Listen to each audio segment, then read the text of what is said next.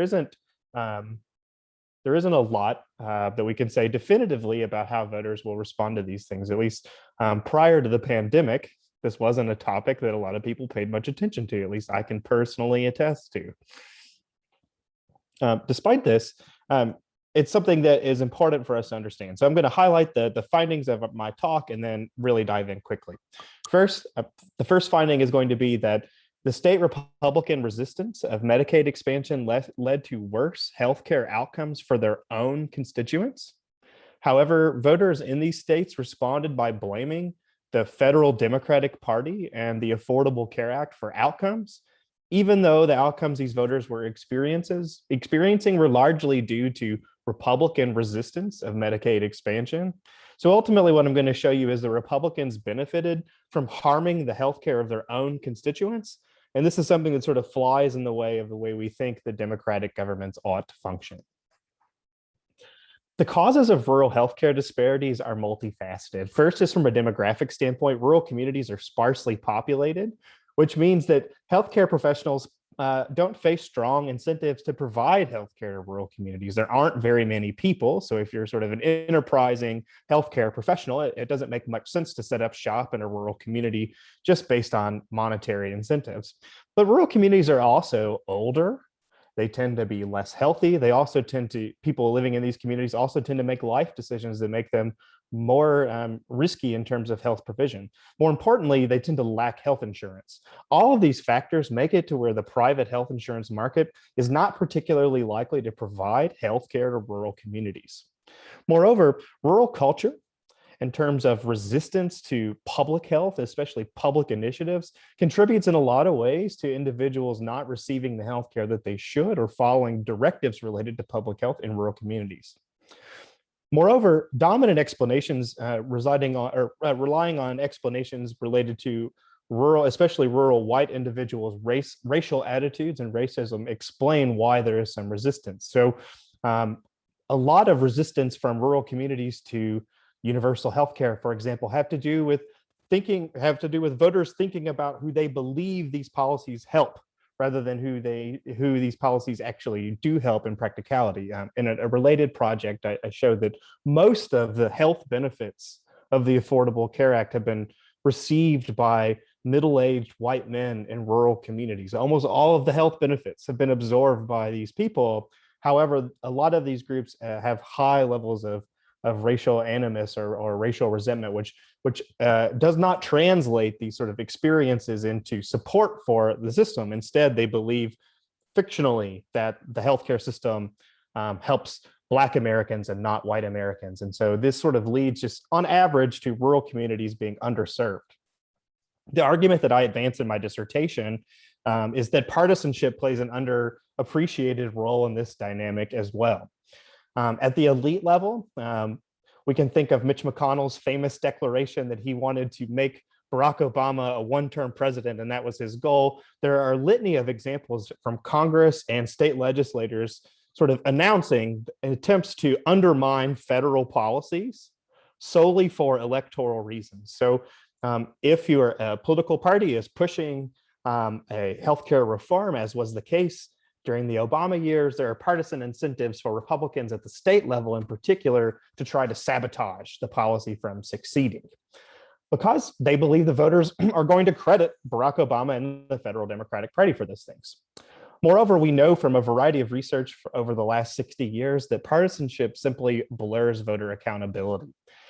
If you're a hardcore Republican or you're a hardcore Democrat, it does not matter how bad things get in your community or how good things get in your community. In all likelihood, you are going to continue supporting your side, which creates a really tough problem for people like us who are trying to persuade. But in actuality, for predictive purposes in terms of the data, what we know is just these people are much, much harder to persuade. And so we think that it's just going to be independents who are reacting mostly to the changes in the times, and are the things that are going to ultimately persuade partisans may be something different or maybe have to be particularly forceful. When I first started writing this chapter, the pandemic hadn't happened. And so arguing that partisanship would affect people's health behaviors directly was considered controversial in political science. Whether or not that's controversial for you is probably different, but a lot of people push back on whether or not this was really a thing happening. But evidence from the pandemic suggests that very clearly partisanship is an important predictor of people's health behaviors, whether that be in mask wearing or vaccine uptake. We know that people's fundamental partisanship shapes how they respond to health outcomes. So I'm going to enter the politics of the Affordable Care Act. The ACA, a policy that many of us are familiar with, was supported by nearly all medical associations, was based on a Heritage Foundation plan, supported by Mitt Romney in Massachusetts and placed into law. Basically, all the things that you would want if you were trying to persuade conservatives to join your cause to reform the healthcare system. So of course, we know that Republicans were going to go along with these goals that were sort of fashioned behind their policy aims, fashioned behind their policy tools, if you will. The goals were going to be to reduce healthcare costs and extend healthcare insurance. And the primary mechanism of doing this was going to be through expanded Medicaid coverage at the state level. For hospitals, what this meant was radical reductions in uncompensated care loads. In other words, improving rural hospital financing simply by providing health insurance coverage for large swaths of rural America that did not have health insurance. So all of these things, of course, we know the Republicans went along with it, right? No, of course not. This ended up being one of the most bitterly partisan policymaking processes over the last 40 or 50 years. Not a single Republican voted for the Affordable Care Act at the roll call stage. Republicans believed that if the policy succeeded, it would lead to more support for the Democrats and the loyalty base. And so they sought through the courts and through a variety of other policy means to try to curtail the success of the ACA. The most important of these cases, for my purposes here, is the National Federation of Independent Business versus Sebelius. This 5-4 decision, which the New York Times characterized as a victory for Obama, was ultimately a poison pill for the law. What it allowed was the states to opt out of the Medicaid expansion provisions of the law, which were ultimately the sort of mechanism by which the law was going to have teeth at the state level. And so this leads to a state Republican revolt against Medicaid expansion. What I've plotted for you here are each state's Medicaid expansion status and the initial bout of Medicaid expansions after the Affordable Care Act was created. So this is from 2015. What we can see is most of the liberal-leaning West Coast and Northeast expands Medicaid, whereas the more conservative Republican-controlled South and upper Midwest did not expand Medicaid, although there's some interesting cases here, right? Florida, a battleground state, does not expand with a Republican governor, whereas Ohio with a Republican governor does expand. So there is sort of some variation here across the country, but overall, all Democratic-led states expanded Medicaid, and the only real variation was amongst Republican states. And this choice had critical impacts on the trajectory of the already unfolding rural hospital crisis. So since about 2005, 200 rural hospitals had closed around the country. And in response to this, the Affordable Care Act had major provisions that it meant to address or curtail the closures of rural hospitals, including, as I mentioned, just simply by providing health insurance and the reduction in uncompensated care loads. However, state decisions of whether or not to expand shaped whether or not closures occurred in particular states. So what we see is in the blue line, states that expanded Medicaid had comparatively few rural hospital closures from 2010 to 2018, especially from 2012 to 2018 in sort of the ACA period. However, the states that did not expand Medicaid experienced large upticks in rural hospital closures during the same time period. So this decision had important impacts on the trajectory of rural hospital closures across the country. So this is sort of your finding number one, this decision was important practically on the ground. Where rural hospital closures occurred was in part a function of this policy decision. So to focus on who voters held responsible for these decisions, I look at all rural hospital closures that occurred between 2010 and 2018 in states that had Republican governors. The idea here is we want to look and see, are voters blaming local Republicans for their decision to resist Medicaid, or are they blaming the federal Democratic Party for maybe reasons that don't make much sense to us, maybe sort of partisan blame dynamics or as I show in some other work, just sort of it's in part a function of local media dynamics and social dynamics. But what here we're looking at are all local rural hospital closures in Republican states that occurred in this period. To tease out the political effects of these things, what I'm going to do is track the presidential voting in these communities from well before the rural hospital closure crisis started, 2004 on, and compare them to the most similar rural communities that did not lose their hospital during this time period. So what we want to do is look at the changing politics of very, very similar communities where one community lost its hospital and another did not, where most other features are essentially the same. What we find is in communities that lose a hospital, voters are much more likely to vote against the federal Democratic Party. So what these results show is that communities that lost a hospital in this period were about 1 percentage point more likely to support Donald Trump using a variety of different statistical methods and procedures, which isn't a huge result. But in political science, this is sort of what we would consider like a standard local effect, because most of the things that affect elections, as I mentioned, partisanship, the national economy, et cetera, those things are bigger forces, right? So we wouldn't expect little things, smaller scale things to have huge effects. But what we see is a reduction in support for the Democratic Party in states that did not expand Medicaid, or communities that did not expand Medicaid and experienced local hospital closures. But we know that counties don't vote, people do. So this 1% effect may be masking a lot of variation in the public. Moreover, as I mentioned, we expect partisan differences. We expect independents to be really strongly reacting to these things, but Democrats and Republicans maybe not so much. So what I do is take all of these counties where I've been making these comparisons of looking at closure counties and non-closure counties, and I go to publicly available political surveys that ask people's political attitudes as well as their attitudes about healthcare. And I just basically I use this sort of setup, the county setup, as a sampling frame, and take all publicly available survey respondents in these communities that ask voters, hey, who did you vote for? And how do you feel about the Affordable Care Act? And I compare voters living in communities that have just experienced a hospital closure with voters living in otherwise very similar communities that have not experienced a hospital closure. So here's a visual example from McNairy County, Tennessee. The Tenova Regional Healthcare Center here in Sumner, Tennessee closed. And what we have are about 20 respondents that this was their closest hospital.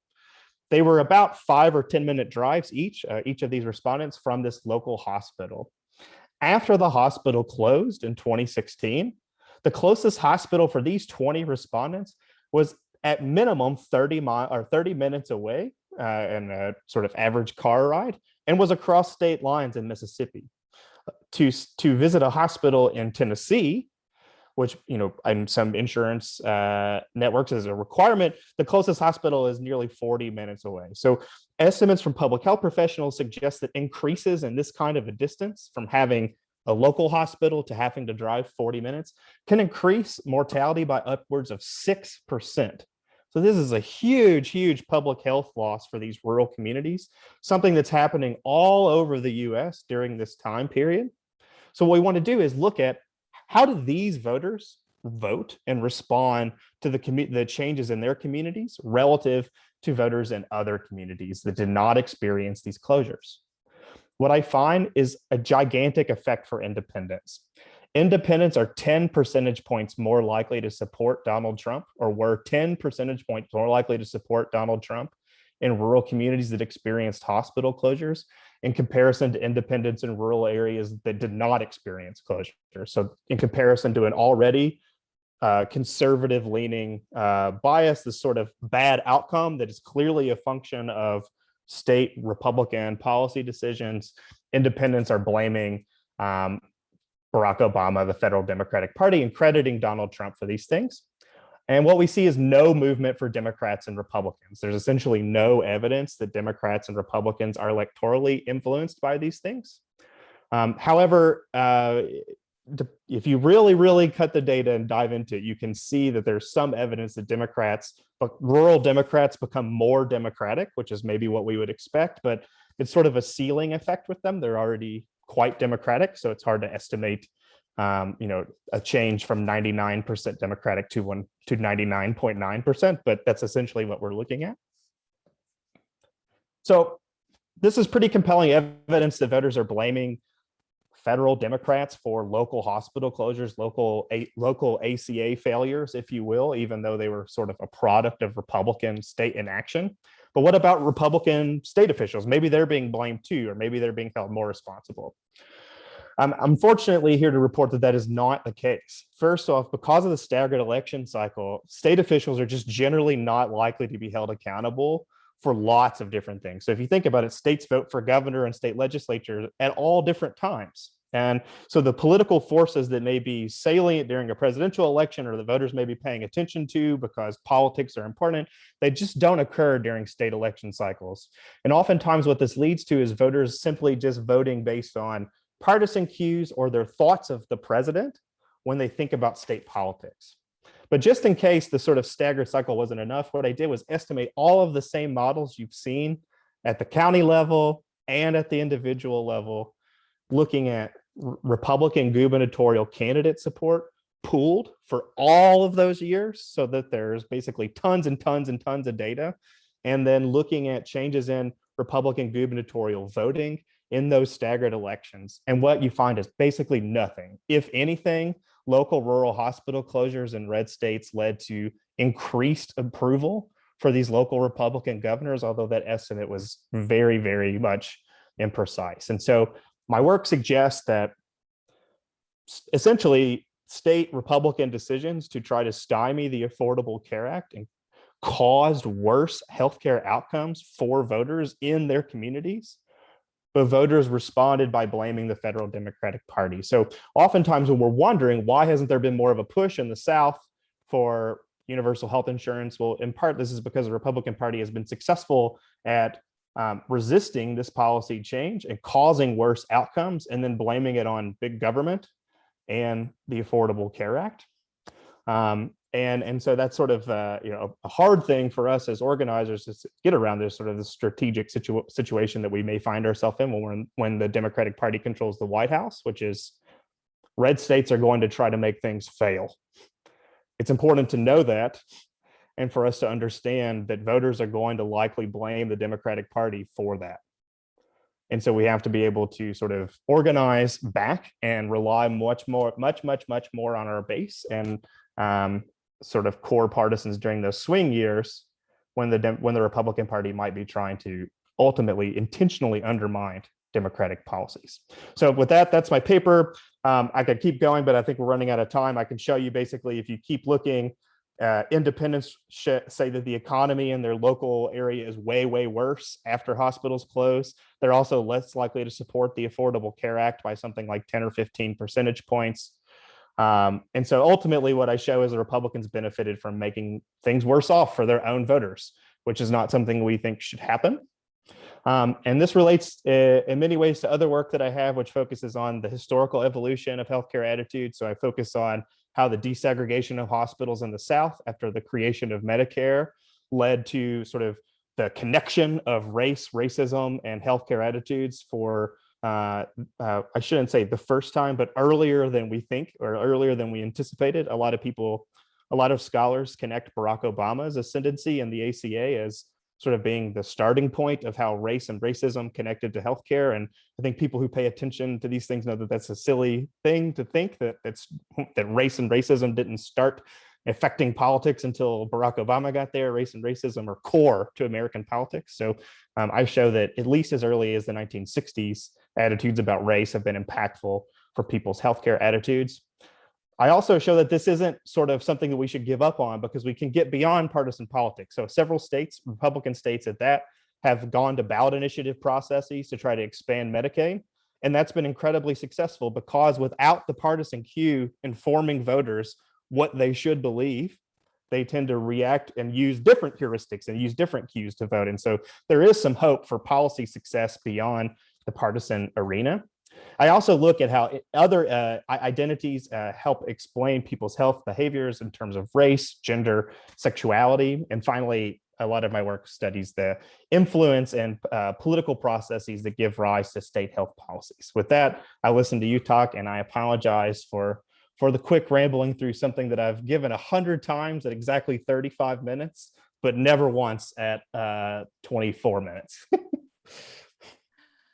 Well, thank you so much, Michael. No, I definitely think we got the incredibly depressing gist of it. So thanks for racing through it. I'm going to open it up for questions, and I'm going to start with one that I think is just something to clarify is, does your research get at the reason for them believing that to be the case? Like, is it because they thought that there was something in the Affordable Care Act that was detrimental to their local hospitals, or why are they thinking this? Yeah, that's a great question. So I think there's a couple of things that make this possible to give rise to this. First is the timing. So the hospital crisis starts roughly in the early 2000s. And much like the opioid crisis, it sort of bursts onto the scene in the 2010 to 2016 range in terms of the national attention of it. And so what we see basically is a law is passed to try to extend health insurance and fix a number of different health care infrastructure problems, one of which was hospital financing. So if you look at sort of the legislative debates and interest group discussions at the time, rural hospital financing is a big discussion in the ACA debates. And so it's something that they were talking about at the time. But after it's passed, you can sort of just see, you can look at the data, there is an uptick and it does increase. And so what happens is in these states, people like Senator Lindsey Graham, Roy Blunt, they sort of politicize these issues. And so what you see is Lindsey Graham has a tweet that says, the reason South Carolina hospitals are closing is because Obamacare has been a disaster. And Roy Blunt sends out some press materials that directly connect hospital closures to the politics of the ACA. And so what you see is, what I sort of argue is, and the group here, I think in many respects would agree, is sort of, this is a multifold issue that allows us to happen to develop before any of these debates. First is the decline in local rural media essentially makes it to where facts can't really win the day as sort of objective facts. Everything is presented now through the lens of your conservative leaning social media friends, as well as national political media. And so a local rural hospital closure, where 50 years ago would have been covered in your small town paper, and you may have been given an expose on the niche causes, but also understanding why Medicaid expansion was so important to rural hospital financing, maybe some quotes from hospital administrators. Now you see a tweet from Lindsey Graham, you get an email from Roy Blunt, and you might watch Tucker Carlson at night. And if you don't watch Tucker Carlson at night, even if you're not that person because there's not actually that many people watching those shows, you are someone who is on Facebook and your neighbors are Republican, and everything you're seeing now about that rural hospital closure is going to be interpreted through that sort of conservative social lens. So I think that's a really important part of it. The other thing that I think has happened is, and this ties back to things that we were talking about earlier, actually, is that the Democratic Party has essentially given up on rural America in terms of its organizing apparatus. So there's no fight back. If something bad happens in a rural community, and Lindsey Graham says, let's take South Carolina, which has had quite a few hospital closures. If a hospital closes in South Carolina, Lindsey Graham blames it on the Affordable Care Act, and there's no one there to correct him. And there's no one there to provide sort of a counter narrative, if you will, about what the causes of those experiences were, because, it's just going to sort of spiral out of control. So that's my sort of long-winded answer to that question. But I think ultimately what we're dealing with is a multi-pronged issue where we have a very sympathetic audience. They're sympathetic to hearing that the government sucks. They're sympathetic to hearing that it only exists to help minorities and people that live in cities. And they're very sympathetic to hearing that something about the Democrats is bad. And so you take all of that into a bundle. When your local rural hospital closes, it sort of just presents an excellent opportunity for Republican politicians, more conservative leaning people to speak to a sympathetic audience and just say, look how bad these things are. So this is one of those things where, I think Arlie's work and I is a little different, which is she points to the sort of the hatred and distrust of government is like, what's the deal? They shouldn't do that. The government's here to help them. And I agree with that. And sort of what I'm showing is like that all it takes is something a little bit bad to happen in these communities. And this is a hospital closure. This is actually very, very bad. But a lot of my other research sort of shows, manufacturing losses, et cetera. These things basically lead people to blame the government. And that has an asymmetric effect of helping Republicans. So I'm going to jump in and ask Dwayne. I know you've got to jump, Dwayne, and you wanted to get a question in real quick, and we will make the recording available. I'm sure Michael could make his presentation available at some point, but go ahead, Dwayne. Michael, thank you very much. I'm with Healthcare Pennsylvania, and I'm really interested in this topic. I'm also on the executive committee for the Democratic Party in our state and chair of the Progressive Caucus. So kind of involved in some of this. Yeah. So first thing is there's no mention whatsoever in corporate consolidation, which is a big driver towards all of this. And you did a real deep dive on this and made the connection between, the expansion of Medicare. But I'm wondering, like with all of this work that you did on the deep dive, do you have a list of 10 suggestions of how we combat this and how we stop this? And I have to jump, so I'll look for it in the email, but I think it's worthwhile to not only look at the problem, but maybe look at potential solutions. So gotta jump. Sorry, folks. Bye. Thanks, Dwayne. Thanks. Wonderful, wonderful question. I think he would know more about the solutions than I would. Unfortunately, I have the tragic academic answer of saying, well, my job's mostly just to point out the problems rather than know how to fix them. But I do think some of this work points to some possible solutions. So first, the removing partisan politics element of this. States that have the ballot initiative process offer opportunities for rural progressive organizers. Rural people aren't as conservative as sort of the stereotypical notion makes them sound. In fact, I think the debates over the Build Back Better bill sort of highlight this. Most of the individual things going on right now sort of suggested as maybe by Republicans as sort of radical leftist ideas are incredibly popular in rural areas. I think you can look no further than, this is probably not going to mean anything to you all, but right now there's a big discussion in Kentucky about medical marijuana, and the Republican state Senate leader, who, by the way, owns a bourbon company, announced yesterday that even though he knows that his own constituents are majority in favor of medical marijuana, and even though he has public opinion polling suggesting that something like 70% of Kentuckians want it, that he personally is against it, and that he dares somebody to come do something about it in his district, basically was the quote. And so lots of people have latched onto it because there aren't Democrats who are daring to go do something about it. And the people that have to do something about this person are Republicans. And so that's trouble for us, right? And so I think like what that highlights is they're not winning over people on the issues of the day. They're not winning over people on the facts of the matter. It's sort of a situation where the deck is stacked against progressives. And we have an audience of people who are especially white rural voters, who are incredibly susceptible to narratives that fight against our cause as progressives. But that being said, I do think the ballot initiative process offers a way around that, which is a way to appeal to these other sensibilities.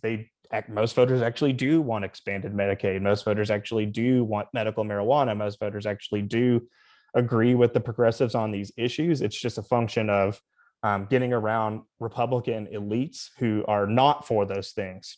The mention of corporate consolidations, I think, is important on this point as well, because corporation and corporate power is a real important thing here. So the variation between Republican states and whether or not they've expanded Medicaid, there's a fantastic book called State Capture that really draws the connection between the Coke industry network and state policymaking. And what they do, this is really creative for you educators out there, is they use plagiarism software from the group ALEC and Koch brother network of their sort of model bills, and they compare policies that are passed by actual legislatures and the proposals that ALEC and these other groups suggested, and find that most of these states that didn't expand Medicaid are sort of high plagiarizers of these sort of ALEC and conservative Koch brother money networks. And so corporate influence is incredibly important here, because states that have health interests actually usually want expanded Medicaid, but what happens is there's sort of this rival business interest and sort of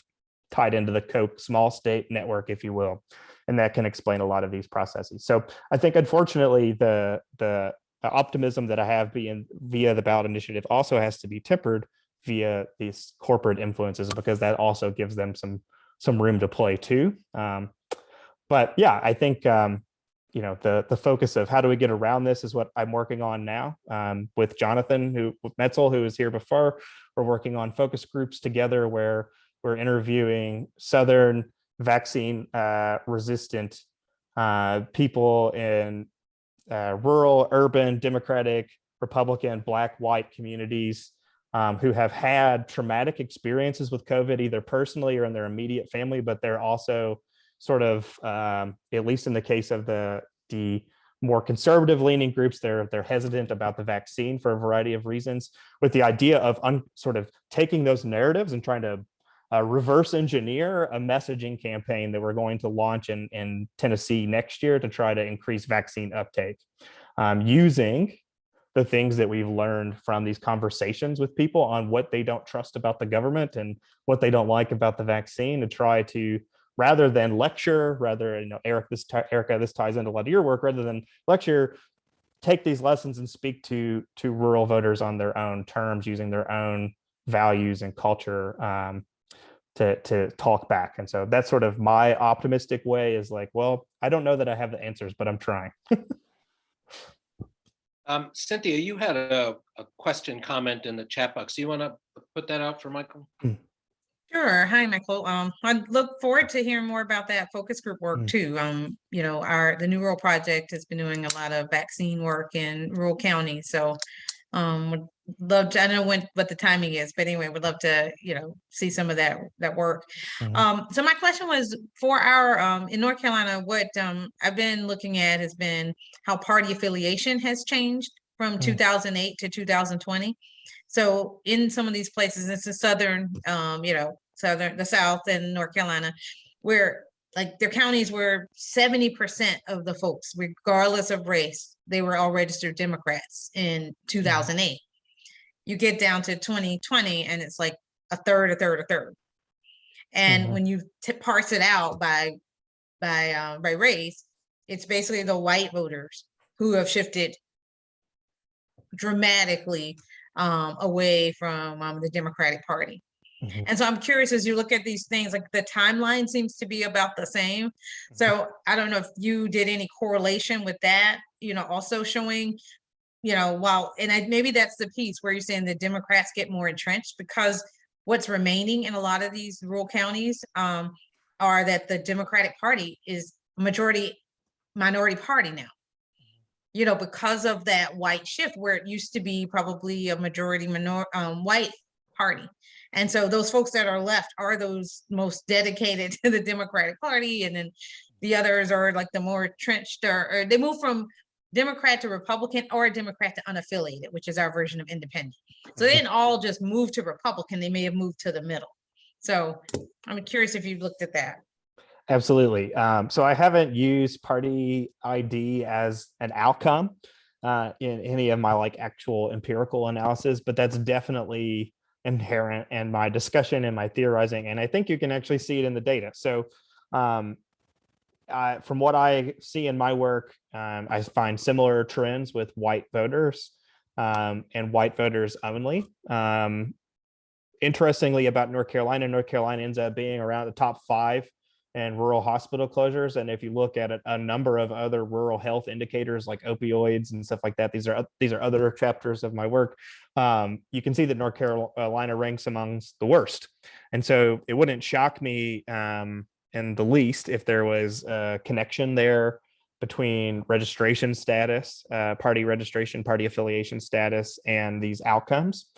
Empirically, one of the things that I've looked at is changes in independence from the Obama years to the Trump years. And what you see is basically independents who were blaming Barack Obama super hardcore for negative health experiences, white independents, that is, and rural communities. During the Trump years, that effect is diminished to almost zero, suggesting that rural independents were giving Trump a break on these outcomes and that they weren't giving Barack Obama. So that would be totally consistent with a move of people moving from Democratic to independent or independent to Republican, of people who are essentially shifting fully right along that spectrum. What's interesting, I think, is, and this is sort of one of the next prongs of my work, is looking at Black voters in comparison. And because there are like really, really strong cultural, social, community norms for a variety of reasons that would make voting for a Republican or voting for Donald Trump sort of a non-option in a lot of Black communities, for a lot of Black people. But what you see when you compare sort of voting behavior for rural Black voters who are experiencing these negative health outcomes and rural Black voters who are experiencing more favorable outcomes, is a change in turnout. And so the more favorable outcomes tend to lead to higher turnout. And so that's sort of, to me, I view that as basically like fundamentally the same underlying process, layering on understandings of how different social groups vote and operate in the American political system. And that's, so it's basically the exact same phenomenon. So I see it sort of, I argue it's like a twofold problem, which is like you're basically losing white voters and then you're cutting it on your base down. And I think that's exactly what you're talking about. Let me send you our presentation that I did to this group, which is, that's the exact issue we're having. It's that party affiliation shift of, the white rural voters away from Democrats, and then the lower turnout of the African-American, Hispanic voters at the same time. Because and I've argued, I know there's been discussion of, oh, Black voters moved towards Trump. They just didn't turn out. Like, I don't think that you are necessarily losing. And if that turnout is lower and there's some portion that is moving rightward, then that's a double whammy, right? Like, I don't think it's some dramatic number, but I think it's the turnout piece plus even a narrow shift. And then that party affiliation change of, white voters in the rural place, that I think is that double whammy. And that's why our organization is here, because exactly what Helen said, there's no organization happening of progressive folks in the rural community. So they're just silently attriting and basically like just silently don't vote, and no one's paying attention.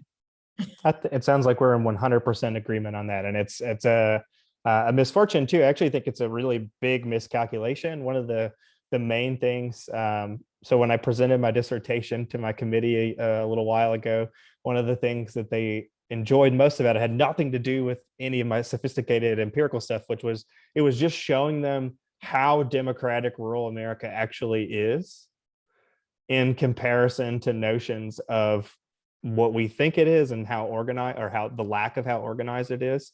And so I'm in a 100% agreement with you, because a big chunk of my work is like, we're making it worse by not fighting back. And you need to provide some type of narrative to voters for what is going on the ground that's different than what they're being told. Because otherwise, like, if all of your neighbors are blaming the bad things around you on the government and on Democrats, it takes a lot of courage to stick your neck out to say something different. And it takes no courage, and it's much easier to just not vote or not fight back or join the team. So I'm with you 100%. I see we do need to, it sounds like, share some data. And I've worked with some North Carolina voter data in the past, so I'd be ready to jump in and talk with you, because that sounds like we're on the same page. Let's do it. Yeah, my background's stats by profession. Oh, nice. Excellent. I love it. Okay. Go. Kel, you have a comment related to this? Yes. And probably after Kel's comment and anything Michael says in response, we'll wrap up, because we're at 4:15. So go ahead, Kel, please. Okay. Now I want to make it clear that I'm speaking just as an individual here. I am no longer affiliated with any group. But Anthony knows my field research, as he calls it. I want to say that based on what I've seen from working with Anthony's campaign on forward, I no longer believe there's any such thing as an independent. By and large, people who say they're independent are either deluding themselves or deluding others for whatever reason. From what I've seen, people who say they're independent are more rabidly right in their views, as in really, really ultra conservative, than people who self-identify as Republicans. And even though as Anthony knows, I'm a pretty disaffected Democrat, and I know a lot of people who are disaffected in various ways, I will never identify myself as Republican, because the independents I've encountered who self-identify as such are basically irrational and downright hateful. Oh, and Republicans who identify as Republicans, I can pretty much talk to. You know, you can have conversations with them, but if somebody says they're a Republican, I'm like, nice to know. Hope you have a nice day. Hope you have a nice life. See you later. I won't even give them a cookie. No Kel cookies. bakes these ridiculous gluten-free cookies that is part of how she manages to have conversation with an incredibly wide array of people who see the world pretty differently from Kel. So anyway, Michael, did you have any comment on? I was That's going a to pretty provocative assertion Kel's making there. believe it or not, it's very similar to a question I got during a job interview not long ago. And I agree with you. I think there's a lot of variation within the term independent. So what I do here is we ask people if they say they're an independent, we ask them if they lean or they're more supportive of the Democratic or Republican Party. And if they indicate one or the other, they're not included as independents for me. They're included as Democrats or Republicans, because you're exactly right. They're partisans and they're just trying to be covert about it. They're trying to present some thing about saying I'm an independent thinker. And actually one of the most interesting examples, there is some data to support your assertion that they're extremists, is part of the reason, at least I think it ends, I forget the exact estimate, so I'm gonna withhold saying a number, but there's a sizable portion of independents that on both sides of the extremity ladder are they're not associated with either party because they view both parties as being sort of moderate shills, which I think is something to for us people who are sort of in the mainstream of politics be like, what are you talking about? But that is sort of how they feel about it, and that's why they identify as independent. If they indicated that they were closer to Democrats or Republicans, they're good to go on my end as far as the survey goes. But if you look within independents, it's clear there's a lot of range and attitudes there. And so political scientists a lot of times think of independents as people who, not leaners like I was mentioning, but people who just either don't know enough about politics to have made their minds up to pick a team, or they do know a lot about politics and they haven't picked a team for different reasons. And so to your comment about extremity or hate or whatever a dimension that we want to put some of those people on, it definitely exists. There's actually, this is beside the point, but there's a whole new stream of psychology research on internet trolls that sort of fit this dimension of people who just sort of exist to cause chaos in political discussions online. And there's a lot of people that's their only ideology, is to cause chaos, and that's an issue. So I think you're right. I think you hit on something that I think is a nuanced and underrated point, which is that a lot of times when political campaigns are talking about independence or research talking about independence, like independent does not mean moderate. It means unaffiliated. And I think that was actually Cynthia. I think you used that terminology because that's what the voter file uses, but actually in some ways that may be the better way to think about it. Well, we're going to have to wrap it up. I think a few things have come up that might be fodder for future sessions, including potentially understanding more what we mean when we talk about independents or swing voters or moderates, and are these the same things or different things? I think would be good to understand. I think we also at some point are going to learn more about some organizing that went on in Idaho around Medicaid expansion, which that campaign surely had to overcome a lot of the obstacles that Michael talked about today. So in terms of being solutions oriented, we'll see what we can learn from the good folks of Idaho. And we'll also learn in the future about the fruits of Michael's ongoing research about vaccine hesitancy and what we can learn from that might be more broadly applicable. But for now, we're over our time. So I want to thank Michael again for a really great presentation that's obviously sparked a lot more questions, which is a good thing. And thanks everyone for being here, and we hope to see you next time. Thanks, everybody. Take care. Bye-bye Thanks so now. much.